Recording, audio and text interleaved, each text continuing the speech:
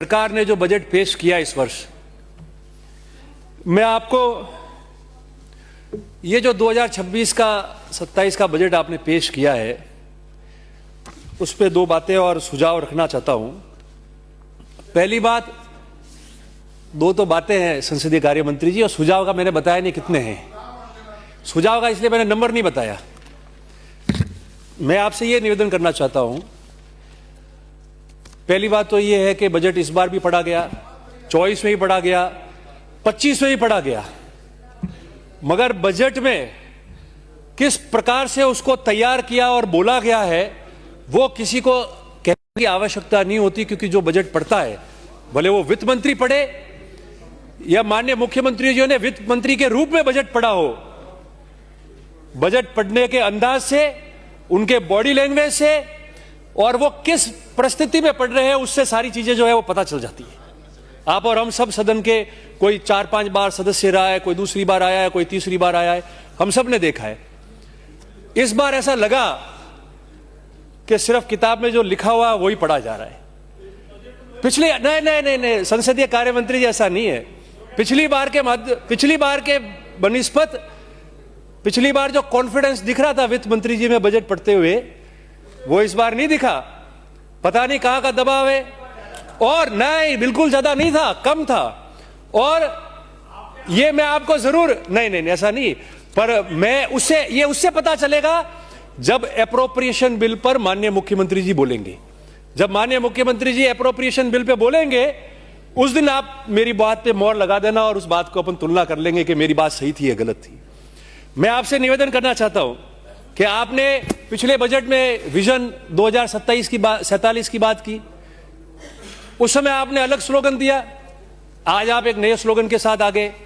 आपने कह दिया विकास यात्रा में गरीब, युवा, अन्नदाता और नारी शक्ति को मिलाकर आपने GYAN ज्ञान नाम से जो है आपने कह दिया ज्ञान का जो है हम प्रोग्रेस करेंगे। पर कैसे करोगे? आपकी लिखी हुई बात आपने जो 2 पंक्तियां कही, मैं उसी बात को दोहराता हूं कि रेत की धरती पर भी सपने हरे हो सकते हैं, सही नीति और नियत से नतीजे सुनहरे हो सकते हैं। आपकी नियत की बात मैं नहीं करूंगा, मैं कहूंगा तो आप कहोगे विपक्ष में इसलिए हमारे नियत की बात कर रहे हैं।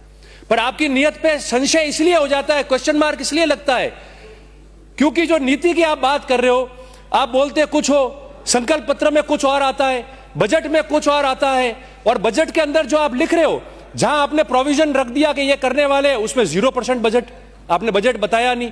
और जहां आप कह रहे हो कि ये होने वाला है, उसका गोलमोल करके सिर्फ आंकड़े दे दिए, 10 करोड़ 20 करोड़।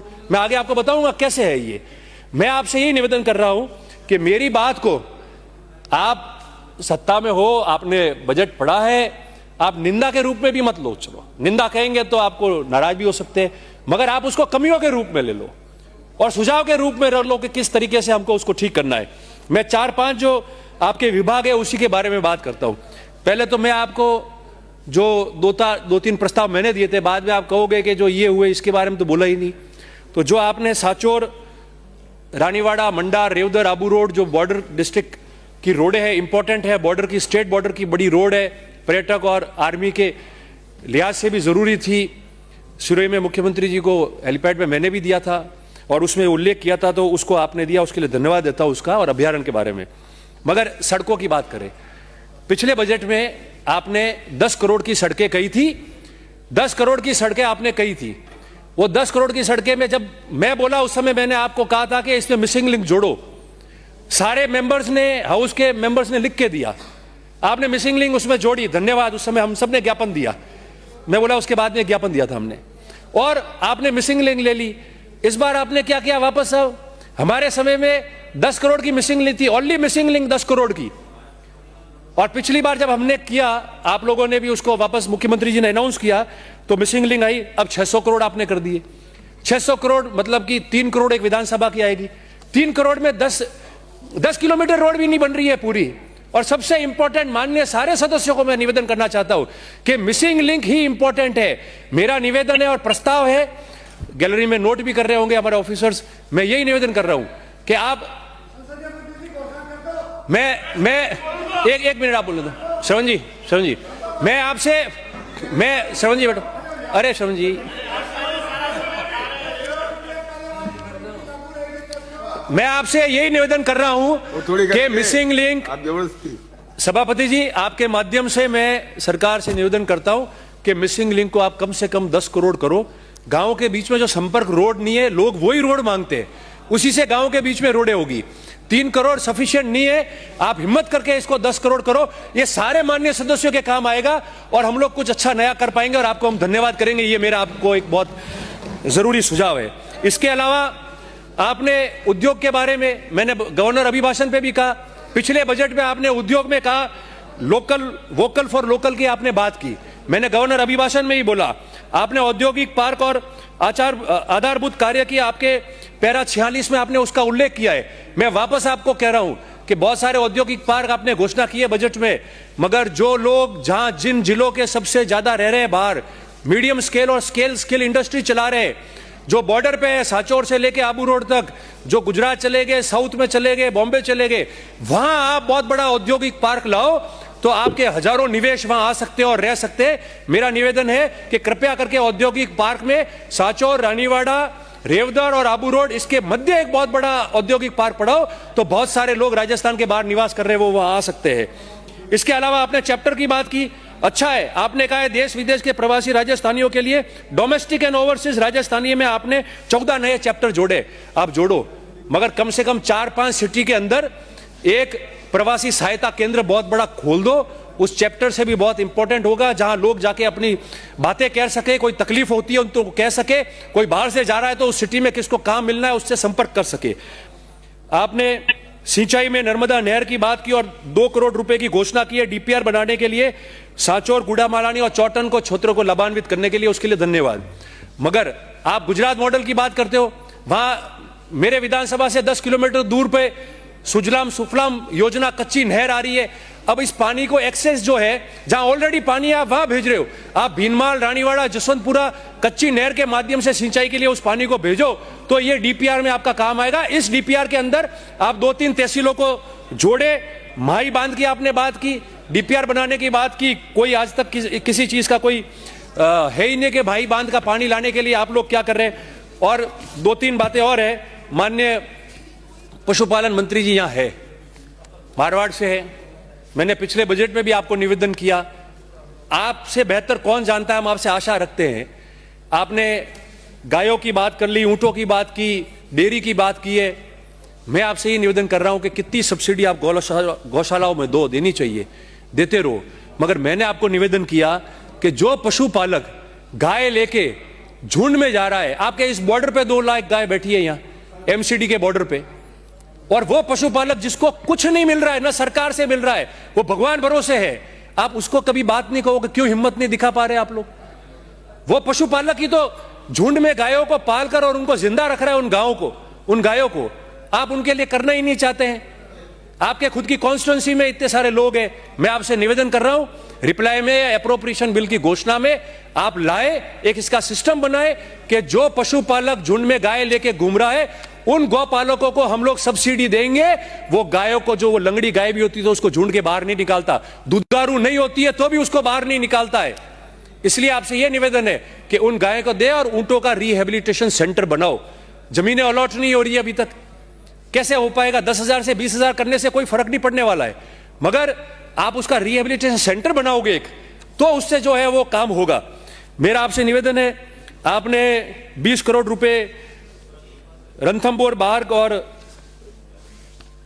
माउंट आबू और सुंदा माता के लिए मैंने आपको कहा था कन्वर्जन, आपने इस पे पैसे घोषणा की है, मैं धन्यवाद देता हूं।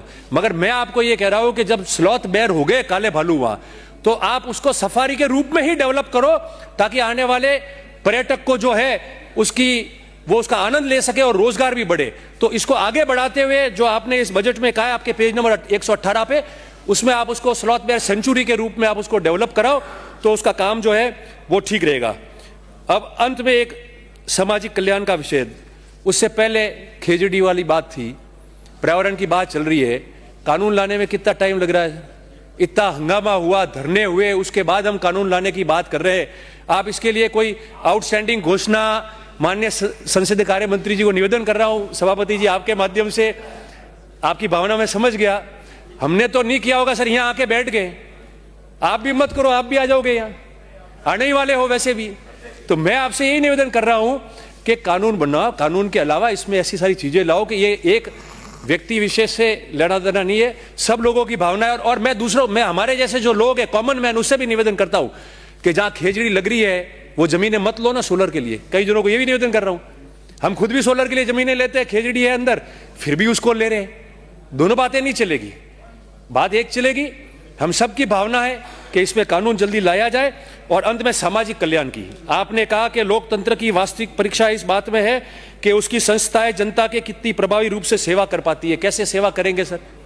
सामाजिक सेवाओं में मैंने सभापति जी आपके माध्यम से निवेदन करता हूं कि इस विषय में एक ध्यान आकर्षण भी दिया एमएलए लेड के बारे में बात करने के लिए, और आपके माध्यम से, क्योंकि चूंकि संसदीय कार्य मंत्री जी यहां विराजे हैं, इसलिए आपके माध्यम से उनसे भी निवेदन करता हूं कि उस ध्यान आकर्षण को इसलिए दिया है ताकि हम एमएलए लेड के बारे में बात कर सके। सोशल सिक्योरिटी की हम बात कर रहे हैं, हम सोशल सिक्योरिटी में एमएलए लेड से कोई पैसा नहीं दे सकते। राज्य सरकार जमीनें अलॉट करती है इस समाज को कि इस समाज को हमने जमीन अलॉट की है, करोड़ों रुपए की जमीन आप उसको अलॉट करते हो, वो उसका भवन बनाता है। दलित है, आदिवासी है, पिछड़ा है, वो उसमें अगर पैसा खर्च नहीं कर पा रहा है और एमएलए लेड से उसको पुस्तकालय के लिए, कंप्यूटर के सामान के लिए, स्वच्छ भारत की आप बात कर रहे हो, उसके अंदर वो शौचालय के लिए अगर हम उसको एमएलए लेड से पैसा नहीं दे सके तो ये पैसा किसके काम का है? फिर तो दरिया ही बिकेगी और क्या होगा? ये उन गरीब लोगों के, दलित हो, पिछड़ा हो, सामान्य आदमी हो, उनके लिए नहीं आता। सभा भवन में आपने पट्टे मांगने शुरू कर दिए, आबादी जमीन में भी क्या? आबादी में सभा भवन के नाम का पट्टा होना चाहिए। कैसे सोशल सिक्योरिटी की हम लोग बात कर पाएंगे? पीछे से आना चाहिए, विपक्ष के नेता हो आप। तो मैं आपसे यह निवेदन करता हूं कि कम से कम आप इस गाइडलाइन में चेंज करें ताकि सोशल सामाजिक कल्याण की जो हम बात कर रहे हैं वो धरातल पे जा सके। और माननीय मंत्री जी जो समाज कल्याण के, उनसे मैं निवेदन करता हूं कि आप मेहरबानी करके, मैंने पहले भी निवेदन किया कि देवनारायण आवासीय विद्यालय में और निष्क्रमणीय पशुपालक विद्यालय में हमने चौटन क्षेत्र में, हमने रामसीन में और चितलवाड़ा ब्लॉक के अंदर आवासीय विद्यालय मांगे थे, आपने दिए नहीं है। मेरा निवेदन है, नहीं दिए सर, नहीं दिए तो है ही, कहाँ है? बजट में ही नहीं है। तो मैं आपसे निवेदन करता हूं, सर पूर्वी में मिल गए, थोड़ा मैडम साहब आप बिराजे, थोड़ा उधर भी नजरे इनायत हो जाए तो हम भी मेजे थपथपा देंगे।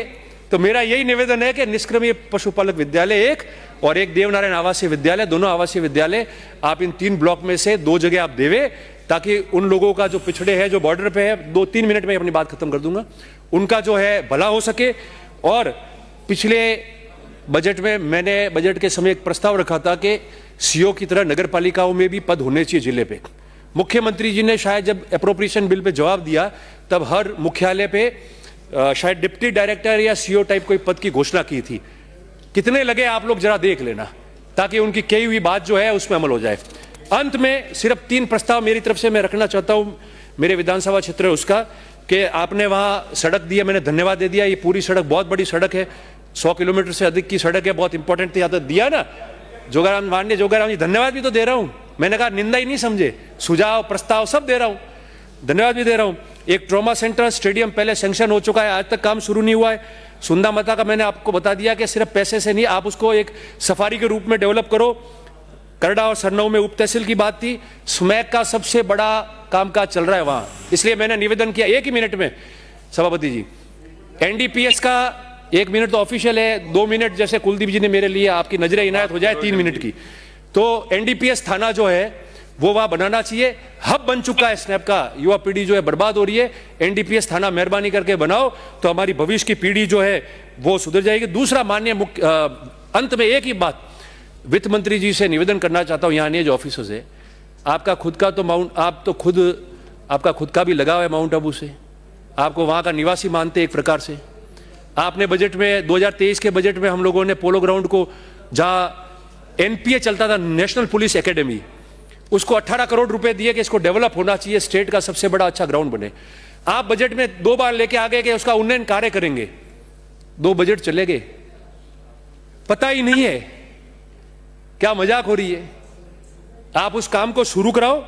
उसके अलावा आपने मल्टी पार्किंग घोषित किया है बजट के अंदर, पहले भी 2-3 बजटों में हो चुके, हमारे समय में भी हुए, आपके समय में भी हुए थे, कोई काम नहीं हुआ।